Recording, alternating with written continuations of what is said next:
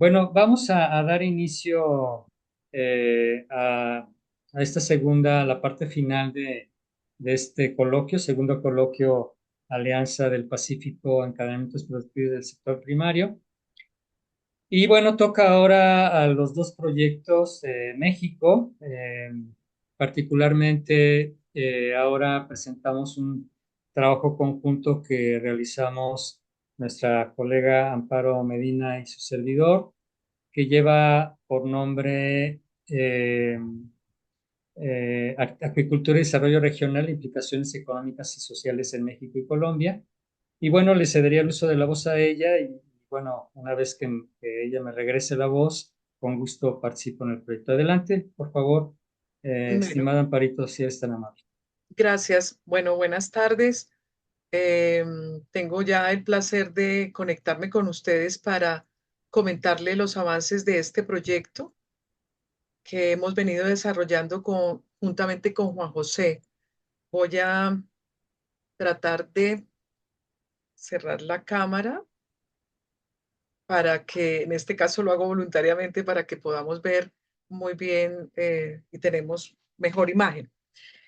Bueno, nuestro proyecto se llama Acuicultura y Desarrollo Sostenible. Este proyecto de investigación que se presenta hoy, con implicaciones económicas y sociales tanto en México como en Colombia, lo iniciamos en el año 2023, eh, conjuntamente, repito, con Juan José, mirando la relación que puede existir entre la acuicultura, aquel sector que hemos venido trabajando, y el desarrollo regional.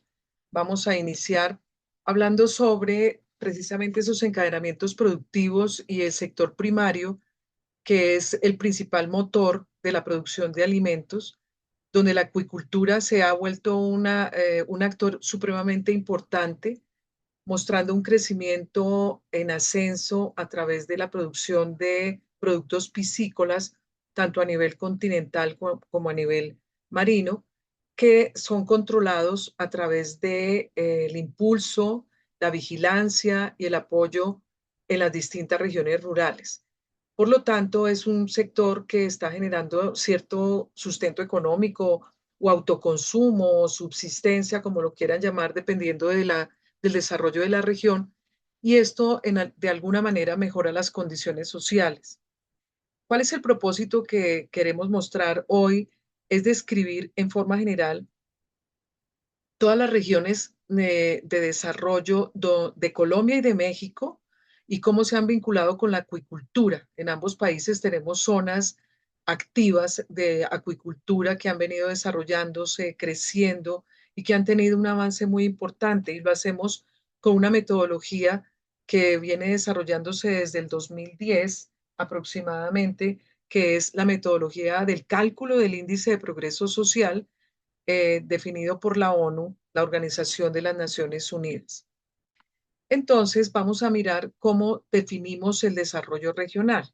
El desarrollo regional se define como la capacidad de generar riqueza, promoviendo y manteniendo la prosperidad de todos sus habitantes. Es decir, el compromiso de un Estado, de los diferentes gobiernos, es lograr que sus distintas regiones logren tener un desarrollo, logren mejorar su bienestar y tengan cierta generación de riqueza.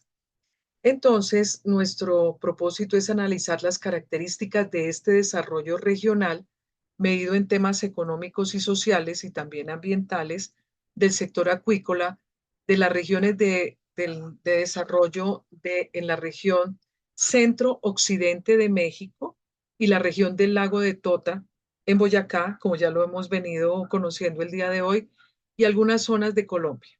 Entonces, tomamos como referencia el índice de progreso social, que nace a partir del índice de desarrollo humano.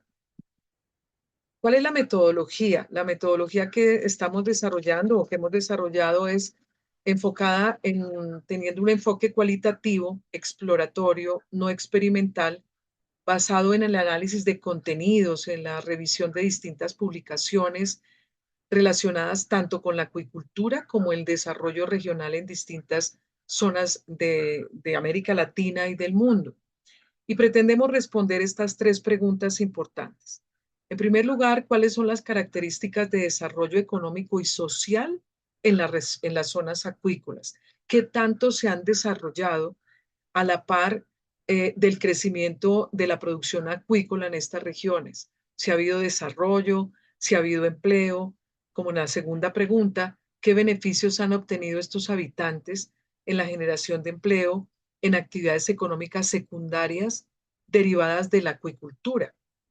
Y la última pregunta es, en el aspecto social, ¿ha mejorado el índice de progreso social y con esto las condiciones de vida de la población?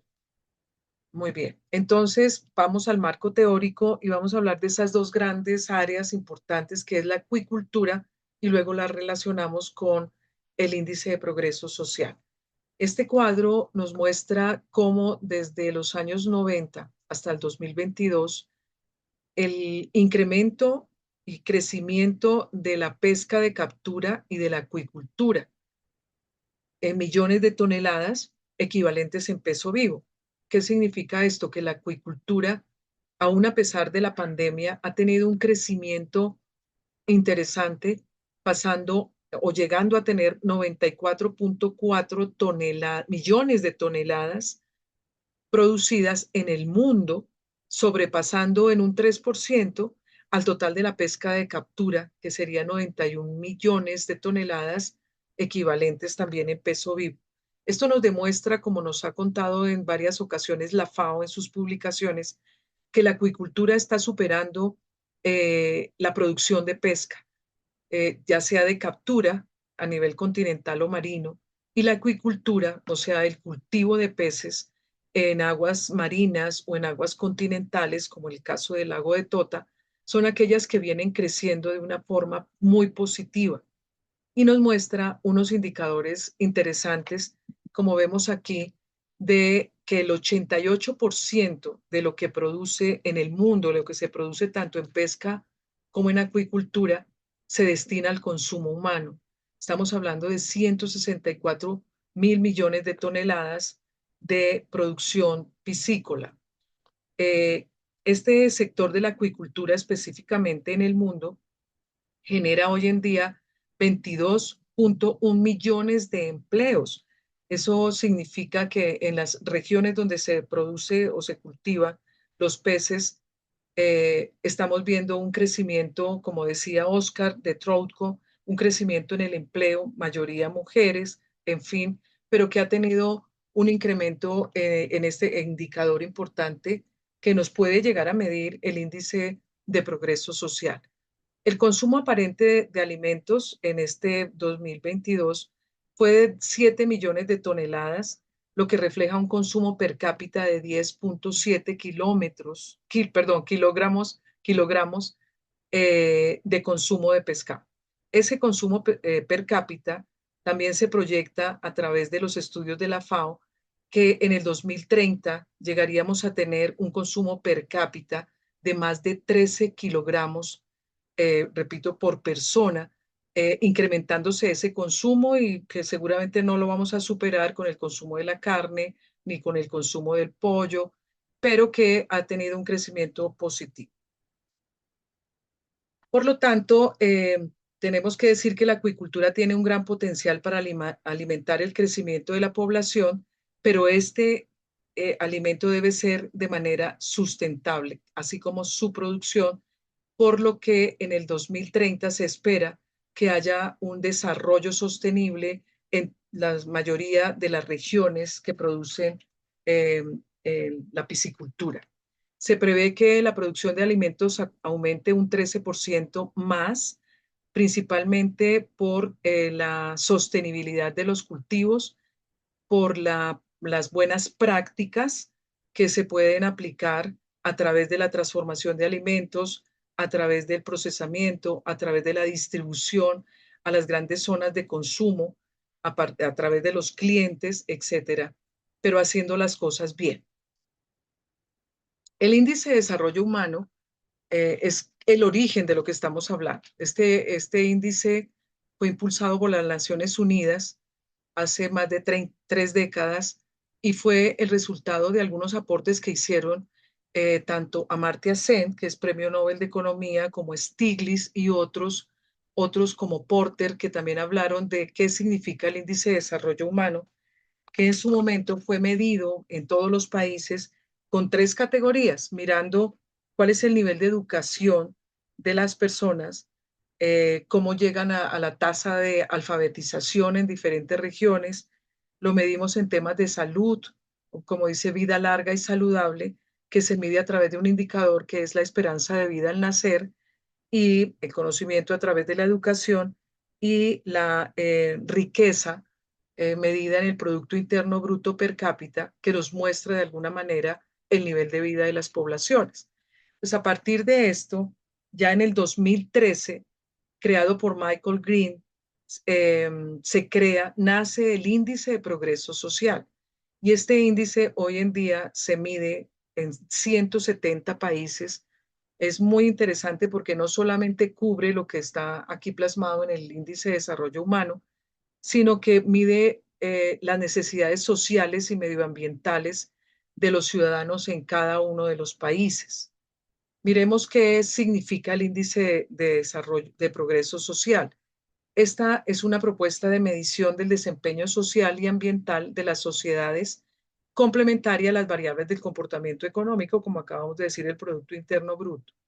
Este índice fija su atención en la comprensión de los elementos que definen la capacidad que tiene una sociedad para satisfacer las necesidades básicas de la ciudadanía, establecer bases sólidas que le permitan a las comunidades mantener su calidad de vida y crear condiciones que permitan a todas las personas alcanzar su pleno potencial.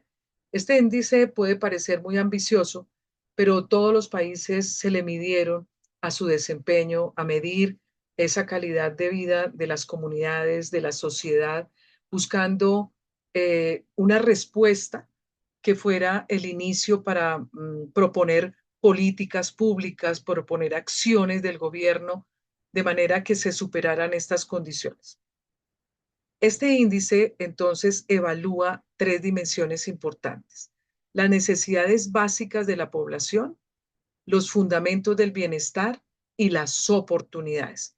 Fíjense que esto ya supera el índice de desarrollo humano que ya se había venido trabajando a través de las Naciones Unidas y que es válido, pero que este índice supera todas esas expectativas. Cuando decimos que si están satisfechas las necesidades, además que, como repito, me devuelvo un poquito, aquí está el Producto Interno Bruto, más las tres áreas importantes o las tres dimensiones que se desagregan en 12 componentes importantes.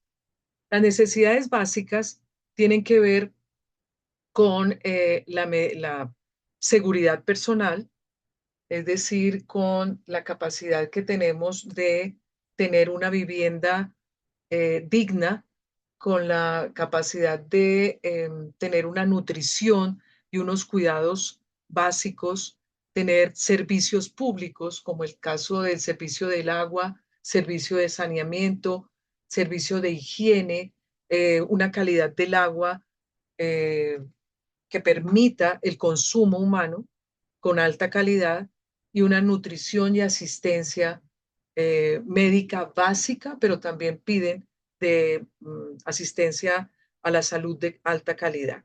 Entonces, con base en esas necesidades, se va a mirar los fundamentos de bienestar que los vemos en esta otra parte del círculo y que mide el acceso a conocimientos básicos. Entonces, aquí no solamente mide la tasa de alfabetización, sino que además es el acceso a toda la población a tener educación primaria y educación secundaria. Acceso también a la comunicación y telecomunicaciones, que espera que todas las poblaciones tengan acceso al Internet, acceso a gobierno en línea, a comunicarse con su propio gobierno local o nacional, a tener una libertad de prensa y de expresión de todas sus necesidades y de todas sus preocupaciones también. Cuando hablamos de la salud y el bienestar, aquí también nos referimos a la esperanza de vida al nacer, retomando lo del índice de desarrollo humano, pero también nos habla de la mortalidad prematura, que tiene que ver con la salud, el acceso a servicios esenciales de salud, acceso a una atención médica de calidad y de servicios de salud de bienestar. Cuando hablamos de sustentabilidad del ecosistema, nos referimos a la calidad del agua, la calidad de los productos que está generando la naturaleza, la agricultura, el tema del reciclaje, el tema de la contaminación, el tema de la exposición a diferentes elementos o partículas dañinas que hay que erradicar en todas las comunidades que estamos estudiando. Y la última dimensión la llamamos las oportunidades, y esta es muy interesante porque tiene 12 elementos, tiene los siguientes elementos: derechos políticos, derechos personales, una libertad de asociación, un índice de protección igualitaria. Tenemos también la libertad personal y de elección. Cuando hablamos de la libertad de elección, cuando hablamos del empleo vulnerable o el empleo seguro, necesitamos jóvenes que estudien, jóvenes que puedan trabajar, demanda de medios anticonceptivos, que eso vuelve una sociedad igualitaria en la toma de decisiones. Cuando hablamos de la inclusión, estamos hablando inclusión de población de diferentes géneros, discriminación y violencia, índice de acceso igualitario, etcétera. Estos 12 componentes tienen más de 50 variables a medir y cada uno de los países lo están haciendo. En México se creó este índice y lo empezaron a aplicar a partir del 2015 y en Colombia igualmente desde el 2015 a través de la red de ciudades como Vamos, que es de la Fundación Corona y otras instituciones. Y seguimos mirando en el marco teórico la acuicultura, del desarrollo ya de la investigación. Vemos que la acuicultura en México es el 19% del Producto Interno Bruto Nacional, contemplando también la pesca. El organismo encargado de esta labor es CONAPESCA, y hay un dato interesante de este sector, y es que en México se genera alrededor de 300,000 empleos, tanto directos como indirectos. Entre tanto, la participación de la acuicultura en Colombia es del 2% del Producto Interno Bruto y 3,3% del Producto Interno Bruto agropecuario. En Colombia, el organismo encargado es la Autoridad Nacional de Pesca y Acuicultura, AUNAP, que nos cuenta que en Colombia en el año 2022 se crearon o se mantienen 57,760 empleos directos y 173,000 empleos indirectos. México y Colombia han impulsado una estrategia que permita lograr un desarrollo económico, acceso a un producto alimenticio con alto valor proteínico, eh, y también impulsar la generación de empleo indirecto y directo. ¿Cuáles son esos resultados de la investigación? Entonces tenemos un parangón interesante donde vemos que en México, en el Océano Pacífico, es el 48% de la producción acuícola. Se destacan entidades federativas como Sonora, con una participación del 67%, Sinaloa, 56%, y Baja California. Estamos hablando de las entidades del occidente de México. El Golfo de México también genera un 11% de producción acuícola. Se destaca Veracruz con un 20%, Tabasco 51% y Campeche el 3,1%. En Colombia, la acuicultura está dividida en varias zonas. En la costa atlántica se destaca el departamento del Atlántico y Bolívar, con un 89% y un 1%, y por ser un departamento de clima cálido, allí se produce más la tilapia y otras especies. En la zona suroccidente, Nariño, con una producción de camarón en un 10%, el Huila, Tolima y Cundinamarca y Boyacá son líderes en el país en la producción de trucha. Tenemos a Huila también, que produce, por su clima, produce tilapia. Es el primer país productor, el primer departamento productor de tilapia. Tolima, el 9%, Cundinamarca y Boyacá con un 6%, con la producción de tilapia, trucha y cachá. Pues, doctor Juan José, si usted quiere tomar la palabra para hablarnos de la producción acuícola en México. Sí, muchas gracias, Amparito, muy amable, te agradezco mucho.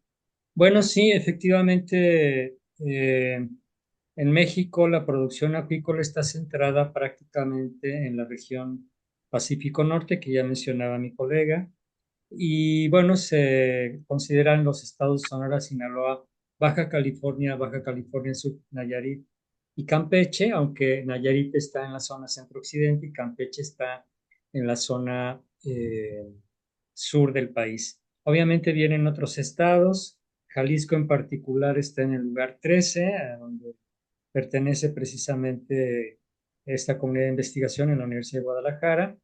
Pero sobre todo algo que hay que resaltar, pues estas son cifras del 2022. Sabemos, ustedes saben por los medios de comunicación la situación que está viviendo Sinaloa y seguramente va a afectar, no va a disminuir el lugar que tienen, pero sí los volúmenes de producción y el número de unidades productivas seguramente va a disminuir. Es importante comentarles que, bueno, todos estos estados los estamos hablando desde la perspectiva de entidades que tienen litorales, porque en el caso, por ejemplo, del Estado de México, que está aquí nuestra colega, la licenciada Catalina González, pues son principales productores de trucha de aguas continentales, que no se refleja obviamente aquí, pero sin embargo tienen un papel preponderante. La siguiente, por favor, Amparo. De igual forma también, si esto lo comparamos contra las regiones, si vemos el índice de progreso social, pues nos damos cuenta que efectivamente el Pacífico Norte tiene un índice alto de progreso social. Yo diría que más que por un impulso del gobierno, ha sido por una inercia directa de la vinculación que existen de estas entidades con la frontera de Estados Unidos. Entonces sí es una parte importante y tanto estos cuatro estados pues están en los primeros, a excepción de Sonora que está en el lugar 12, pero Baja California Sur y Sinaloa tienen un porcentaje importante, un lugar importante en la producción nacional. En el caso del Pacífico Centro, donde está nuestro estado, Nayarit, Colima y Michoacán, pues vemos que los lugares son 26, 4 y 16, que obviamente Jalisco resalta dentro de los primeros 10 lugares del país, que no así resulta con el caso de Nayarit, Colima y Michoacán, que han tenido sobre todo el caso de Colima y Michoacán, que ha tenido también, al igual que Sinaloa, un gran problema de seguridad pública y que ha afectado a los productores de esta zona. Repito, aquí estamos hablando de las estadísticas hasta el 2022.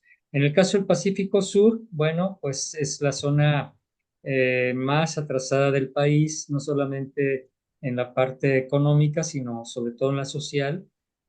Algunos de ustedes recordarán este estallido social que hubo el siglo pasado, en el año 94, cuando se desencadena un movimiento armado en la zona, pero eso es ocasionado justamente porque es una zona tradicionalmente que ha sido descuidada por los gobiernos y que realmente son las que más atención requieren. Ahí vemos los lugares del 26 al 31, de 32 entidades, perdón, del 26 al 32, que son obviamente los últimos lugares de la clasificación a nivel nacional. En el caso del Golfo de México tenemos Tamaulipas y Veracruz, también Veracruz con problemas similares a las otras entidades que ya comentaba, que ha sido afectada desde hace algunos años en la producción, pero no solamente en la producción de productos acuícolas, sino también en la situación del progreso social ocasionado por estos factores que indirectamente afectan a las granjas y empresas agrícolas. La siguiente, por favor. Y obviamente, bueno, la siguiente, por favor. Perdón. Oh, ¿por qué se me hizo acá?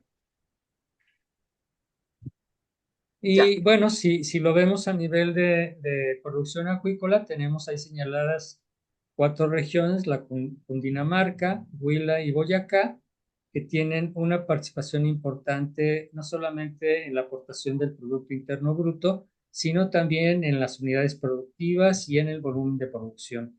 así como lo comentábamos, bueno, lo comentaban nuestros colegas Oscar Murillo y Natalia, que pues hicieron su presentación respecto a la zona de Boyacá en Colombia, pues ha sido un interés de los productores de estar mejorando constantemente en sistemas productivos y se refleja justamente en estas zonas de mayor producción en el país, pero sobre todo que gran parte de estas empresas, aún en un porcentaje menor, están acercándose a las modalidades de acreditación, de certificación, para aspirar también a tener una colocación de sus productos en el plano internacional. Entonces, bueno, esas son las tres zonas más importantes en el caso de Colombia. Adelante, por favor. Y respecto al índice de progreso social, pues otra vez, fíjense, tenemos ahí Cundinamarca, que tiene un índice alto, está en el lugar 12 a nivel nacional. Tenemos también Huila, que está en el lugar número 1, que tiene obviamente una participación importante, y es decir, quiere decir que ahí se han desarrollado estos índices de progreso social vinculados al bienestar social, a la educación y a otros indicadores. Está en el primer lugar. Eso se refleja también en su aportación en el Producto Interno Bruto.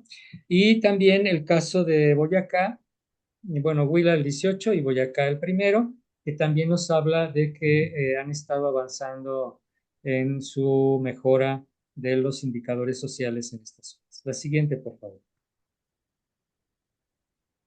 Si hacemos una comparación entre Colombia y México, vemos que no hay en realidad mucha diferencia en cuanto a las necesidades humanas básicas.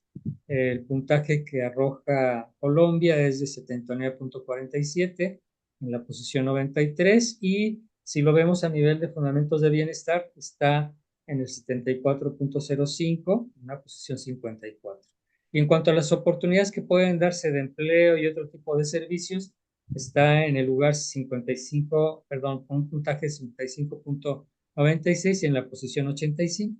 Comparativamente, si lo contrastamos contra lo que sucede en México, tenemos que las necesidades humanas básicas están con un puntaje de 80,62 en la posición 83, los fundamentos de bienestar con un 70,08 en la posición 68, y la oportunidad con un puntaje 61,83 con la posición 64. Es decir, los índices que estamos arrojando tanto en Colombia como en México están dentro del rango esperado. Por supuesto que no es una tranquilidad, sino que se tiene que seguir trabajando a partir de incorporar mejores necesidades humanas básicas, mejor bienestar y oportunidades, para que estos índices puedan estar arriba en un indicador de desempeño superior por uno o más puntos.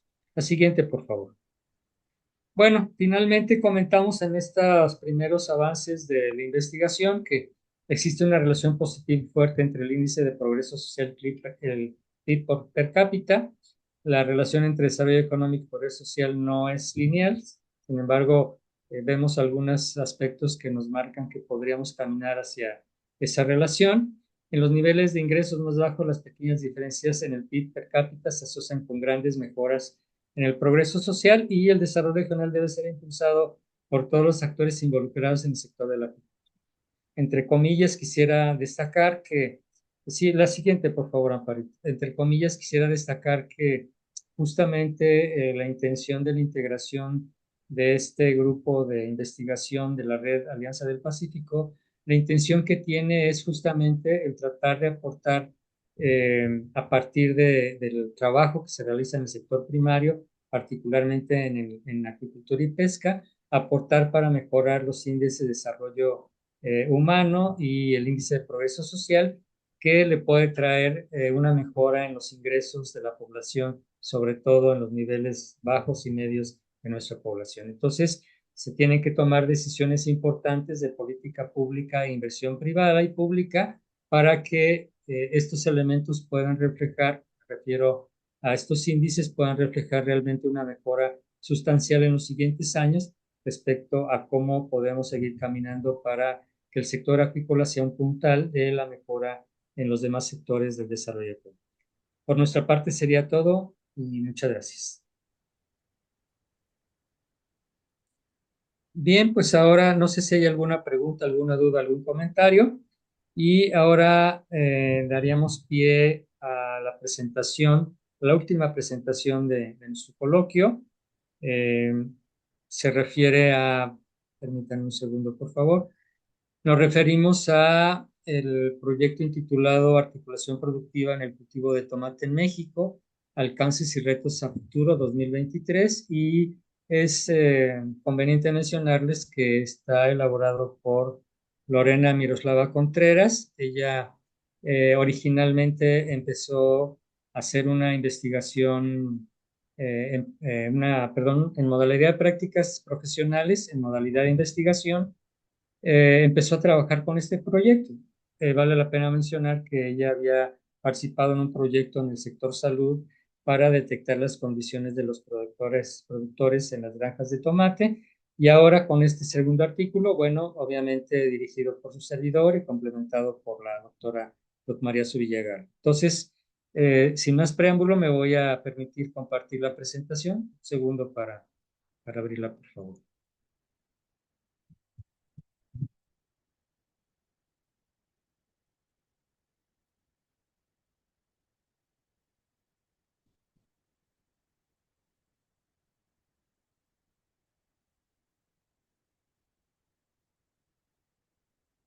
Adelante, Miroslava, por favor, si están amable.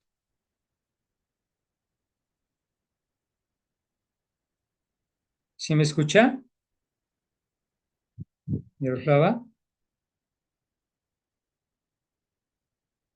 Bueno, parece que no nos está escuchando. Y bueno, voy a retomar yo la presentación para no retrasarnos más en en la sesión. Les decía que este es un proyecto que originalmente se presentó a partir de la estancia de investigación que hizo la licenciada Lorena Miroslava Contreras. Y bueno, la intención es analizar y explicar la articulación productiva en la producción del tomate. Obviamente, cuando hablamos de articulación productiva, nos referimos a este concepto que originalmente se planteó desde finales del siglo pasado hasta la primera década de este siglo, cuando en 2012 se publica la última versión de la quíntuple hélice, en la que tiene que involucrar ese sector gobierno, social, académico y empresarial, enfocados obviamente hacia la sustentabilidad.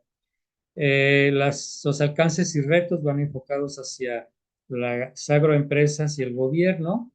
Obviamente se trabajó este proyecto con una metodología cuantitativa de análisis de contenido a partir de bases de datos generales, científicas, de información de gobierno, artículos y algunas noticias. ¿Por qué es importante para nosotros analizar la articulación productiva? Bueno, pues que no solamente estos cinco hélices que comentaba a partir del concepto que planteó Karayanis en su momento, no solamente por eso es importante, sino porque hay una interacción entre los sectores económicos, no solamente el sector primario, sino el sector secundario y terciario. Vemos, por ejemplo, que en el caso del tomate, pues hay una industria formal para la elaboración de diferentes productos. Entre los destacados están el puré de tomate y la salsa katsu, que también es un producto que se mueve de manera muy importante a nivel mundial. Obviamente, el vincularlo también a los ciclos de producción del tomate. Vamos a ver a continuación cuáles son las zonas del país en las que se tiene mayor producción de este vegetal. Y obviamente el que dentro de la articulación productiva pues viene una parte del involucramiento de diferentes actores, pero desde una perspectiva de interacción voluntaria, es decir, así como hablamos de la articulación y la importancia que tiene cada uno de estos grupos de interés o sectores, pues también es importante que en la medida en que estos se involucren de manera voluntaria, podremos tener mayores resultados y obviamente pues hay una afectación de manera directa entre la articulación de estos cuatro elementos que forman parte de la articulación productiva. Pero también por otro lado es importante para nosotros analizar la cadena de valor, entendiendo la serie de eslabones que forman parte de no solamente de la obtención de la materia prima o de las semillas, sino hasta el servicio postventa al cliente, la entrega de producto al cliente, servicio postventa. También en ese sentido, la cadena de valor tiene que hablarnos de cuáles son las acciones y actividades que le han dado vida realmente a la cadena, cómo la materia prima impacta también desde la semilla, decía yo, en la preparación del cultivo del tomate y las consideraciones que hay que tener a ese respecto. Y obviamente la distribución desde el enfoque de las ventas y la mercadotecnia. Bueno, ¿quiénes son algunos de los productores más importantes de tomate? Bueno, en el 2019 tuvimos que, como un aspecto crítico, ya se destacaba la producción de tres entidades federativas a nivel nacional, principales productoras de tomate, o tomate como lo conocemos en México, Sinaloa, en San Luis Potosí y en Michoacán, y obviamente el fenómeno que vivimos todos con la pandemia del 2020. A pesar de esta situación que vivimos en el 2020, afortunadamente siguió produciendo el sector y bueno, se logró de alguna manera caminar hacia la parte de la articulación productiva, aunque ustedes saben que si lo vemos en la parte desde la descripción teórica, la articulación productiva pues implica una serie de aportaciones de cada uno de los actores para que puedan realmente verse los beneficios a nivel de todos sus actores. No siempre eso se da, en la teoría podemos decir que se han analizado y se ha visto que cuando se lleva a cabo la articulación productiva, sobre todo estudios que han hecho a nivel internacional diferentes autores, en los que se han analizado los clústeres a nivel internacional, no todos ligados al sector primario, pero que eso sí puede dar resultados importantes para que esto tenga posteriormente resultados interesantes. La cadena de valor, decíamos, es algo que constantemente tendremos que analizar. Si lo vemos a nivel de cada uno de los actores del sector, ¿qué pasa con el sector empresarial? Bueno, tienen una gran demanda, no solamente al consumo de personas, de familias, sino lo vemos también en el consumo nacional de un colectivo de tiendas departamentales y de autoservicio en el que normalmente se vende este producto. El consumo de tomate también ha tenido un aumento decisivo y permanente.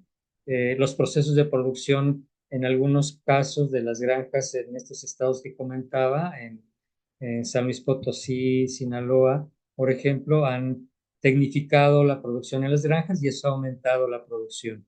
Obviamente, incluso también instalando sistemas de tipo invernadero que propicia mucho las condiciones de cultivo y de cosecha del tomate, sobre todo pensando que en época de heladas el producto no se puede elaborar en las mejores condiciones, es decir, sobre todo en tiempos de frío, las heladas pueden llegar a afectar de manera considerable a las plantas de tomate y obviamente afectar su producción. Obviamente para las empresas ha tenido grandes beneficios en el sentido de que pues el consumo de este producto se ha ido incrementando poco a poco. Seguramente ustedes lo saben y además del consumo para el sector alimenticio en todo el país, restaurantero e industrial también, industrial y de servicios, ahora ha tenido el tomate también algunas referencias respecto a que es un producto que puede ayudar a mejorar las condiciones o evitar las condiciones de enfermedades como el cáncer. Entonces, también eso, aunque a pequeña escala, también ha tenido un incremento considerable enfocado directamente al sector salud. Sí se han realizado algunas medidas a nivel de México para tratar de mantener el precio bajo del producto. Ya vimos que algunos de los estados que son importantes, pues tienen problemas también de criminalidad y eso obviamente afecta a las condiciones de operación de esto, perdón. Y obviamente en ese sentido también el sector empresarial ha revisado cómo puede generar actividades de valor teniendo la cadena completa, que también en algunos casos de haciendo referencia al tomate, pero también a otros sectores productivos en México del sector primario. Tenemos que una buena cantidad de las cadenas de valor del sector primario en algunos productos se han visto afectadas por la sustitución de eslabones de productores nacionales o de proveedores nacionales a proveedores extranjeros. Y eso ha afectado también de manera sensible la producción del tomate. ¿Cuáles son algunas de las consecuencias que ya las comentábamos respecto a cómo se ve afectado el sector empresarial? Bueno, la cadena de valor por esta sustitución de los eslabones ha sido afectada. En algunos momentos puede haber escasez de la calidad por cuestiones también incluso climatológicas. Ustedes saben que las condiciones del clima en la mayoría de los países del mundo nos ha marcado climas extremos con exceso de calor o exceso de frío, y eso obviamente afecta al cultivo del tomate. Y eso también nos lleva a que, a pesar de que puede haber un consumo de productos elaborados a partir de biotecnología, como es el tomate cherry, que de alguna manera también se ha estado impulsando su consumo, sí también obliga a que, a pesar de que la tendencia es consumir mayor cantidad de productos orgánicos, no siempre es posible por el precio que se establece para este producto. ¿Qué ha pasado en lo académico? Bueno, pues es un ámbito más bien pedagógico, incluso las escuelas de agricultura que hay en los diferentes estados de la República, particularmente en los estados donde hay presencia de conglomerados de productores de tomate, pues más se han enfocado más a enseñar eh, las, los beneficios que tiene el consumo del tomate y no tanto para vincular al sector académico con la investigación. Entonces, bueno, eso sí nos habla de que tenemos que seguir trabajando como universidades para vincularnos con el sector y ver de qué manera podemos ayudar a resolver los problemas que ellos tienen. Un problema también que se da con bastante frecuencia, no solamente con el tomate, sino con los diferentes productos del sector primario, tiene que ver justamente con la mercadotecnia, porque algunas veces los productores producen, colocan sus productos en los camiones para su distribución, pero no siempre tienen las mejores condiciones de comercialización para poder realmente colocar sus productos a nivel internacional. ¿Qué pasa con el sector social? Bueno, sí sabemos que existen asociaciones sin fines de lucro que normalmente están dispuestas a promover un desarrollo de consumo de este producto a nivel nacional, pero también a nivel internacional. Desafortunadamente, a veces el sector social lo ve más bien como una protección de los intereses de sus miembros y no cómo pueden compartir proyectos con los otros sectores, el académico, el gobierno, para efecto de que esto pueda todavía tener un impulso mayor. Obviamente también desde esa perspectiva es necesario que quienes nos vinculamos a los diferentes sectores estemos en vinculación con eso, el sector social para incentivar mejoras en los procesos de producción desde la academia, pero también desde la investigación, para efecto de que ellos puedan tener como productores un mejor desarrollo y que cuenten con asesoría técnica calificada que no tenga un impacto tan alto en los costos de operación de las granjas. También es importante que sigamos trabajando en el emprendimiento y en la educación de proyectos que están enfocados al sector primario, a partir también del Consejo Nacional Agropecuario, que tiene una labor importante en ese sentido, y obviamente seguir insistiendo en la importancia que tiene estimular la producción del campo, sobre todo en la elaboración de productos de calidad, gestionar inversiones importantes como las ha habido en este momento para seguir incrementando el número de productores y de granjas que están enfocadas a la producción del tomate y obviamente el seguir motivando a los productores para que esto a nivel de los sectores que agrupan con asociaciones a los productores que sigan estando motivados y apoyados. Si lo vemos, por ejemplo, a nivel del gobierno, pues la Secretaría de Cultura tiene una responsabilidad muy importante, la Secretaría de Desarrollo Rural en México. Obviamente la intención es cada vez producir mejor, aprovechar ventajas y que estos programas de desarrollo tengan un impacto importante en involucrar cada vez a más personas en este proyecto que podría ser muy rentable. Obviamente, eso implicaría incluir en el Plan Nacional de Desarrollo, todavía no es presentado hasta el momento por la reciente entrada de la nueva presidenta en México, que se incorporen a nivel del Plan Nacional de Desarrollo políticas muy concretas para estimular la participación de los productores en este sector del tomate, pero también en otros alimentos del sector primario, productos del sector primario, que pueda ayudar a beneficiar también a la población en general.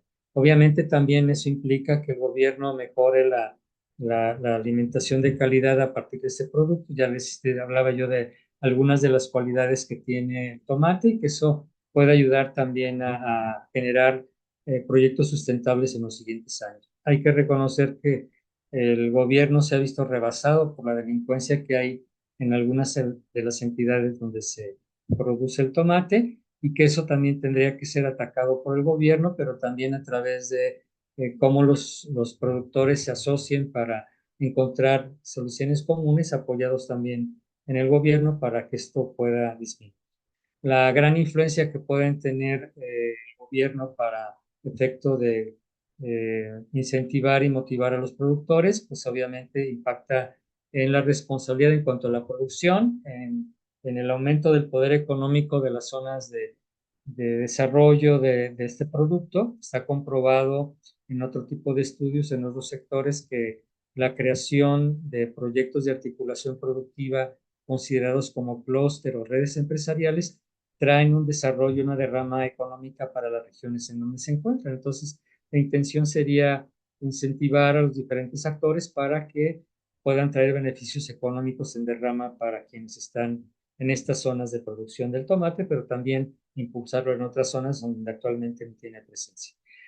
Obviamente hay que entender que hay grandes problemas con la agricultura. Ya hablaba de las condiciones del clima, el uso excesivo de herbicidas y pesticidas y fertilizantes que también pueden llegar a afectar la elaboración de productos que no siempre son orgánicos y que eso también puede tener consecuencias para la salud de la población. Pues también es algo que, si no en primer término, habría que pensar, sobre todo en función de la sustentabilidad, cómo tendrían que seguir caminando esto en los siguientes años. Y obviamente, pues el hecho de gestionar los espacios físicos considerados como territorios, las carreteras, pues eso puede estimular obviamente el que se consideren también aparte de nuevos negocios en esas zonas. ¿Qué podemos decir entonces finalmente los resultados? Bueno, en cuanto al sector empresarial es importante que se siga incrementando la producción para satisfacer las necesidades del mercado sin escatimar la calidad del tomate. En el académico tenemos que seguir insistiendo en una investigación de campo y que haya proyectos de investigación aplicada en los que se trabaje tratando de ayudar a los productores en mejorar la genética de la especie. Y obviamente sí es importante decirlo que, bueno, para hacer investigación algunas veces se necesita, o la mayoría de las veces, perdón, se necesita apoyo económico del gobierno para poder realizar. Les comento como antecedente que en otros países del mundo la investigación se realiza 50% a través de las empresas y 50% a través del gobierno. Me viene a la mente, aunque no es precisamente una empresa del sector primario, al caso de Samsung, esta empresa de electrónicos que en los años 60 era una empresa que pues prácticamente sus productos eran desechados a los 6 meses y hoy por hoy es una empresa que a partir de la investigación se ha desarrollado de manera importante. Entonces, si lo vemos desde el enfoque del sector primario, puede ayudar mucho a la investigación financiada por el gobierno y por los empresarios para que esto pueda mejorar.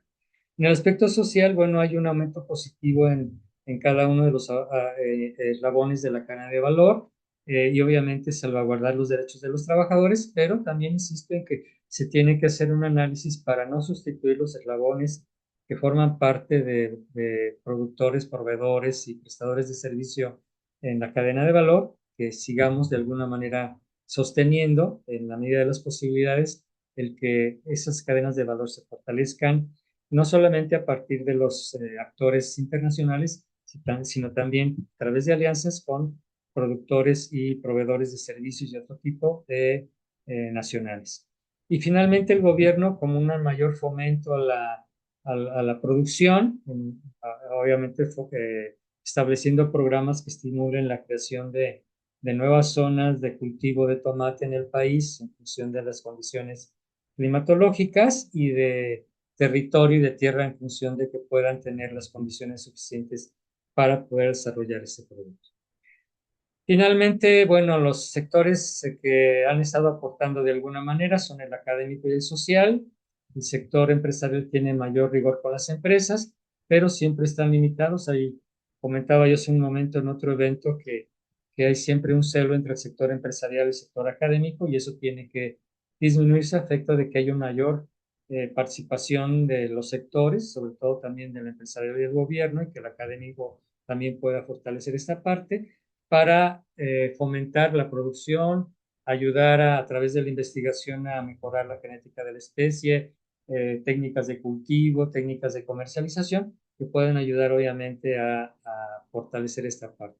Y algo que ha sido un problema latente en nuestro país desde hace unos años, pues es importante la participación de los sectores en general para eliminar esta cuestión de los grupos delictivos. Creo que es algo que ha afectado de manera muy severa al país y que tenemos que trabajar a contracorriente para, a pesar de los daños que causan estos grupos a los productores, tengamos que trabajar para disminuir.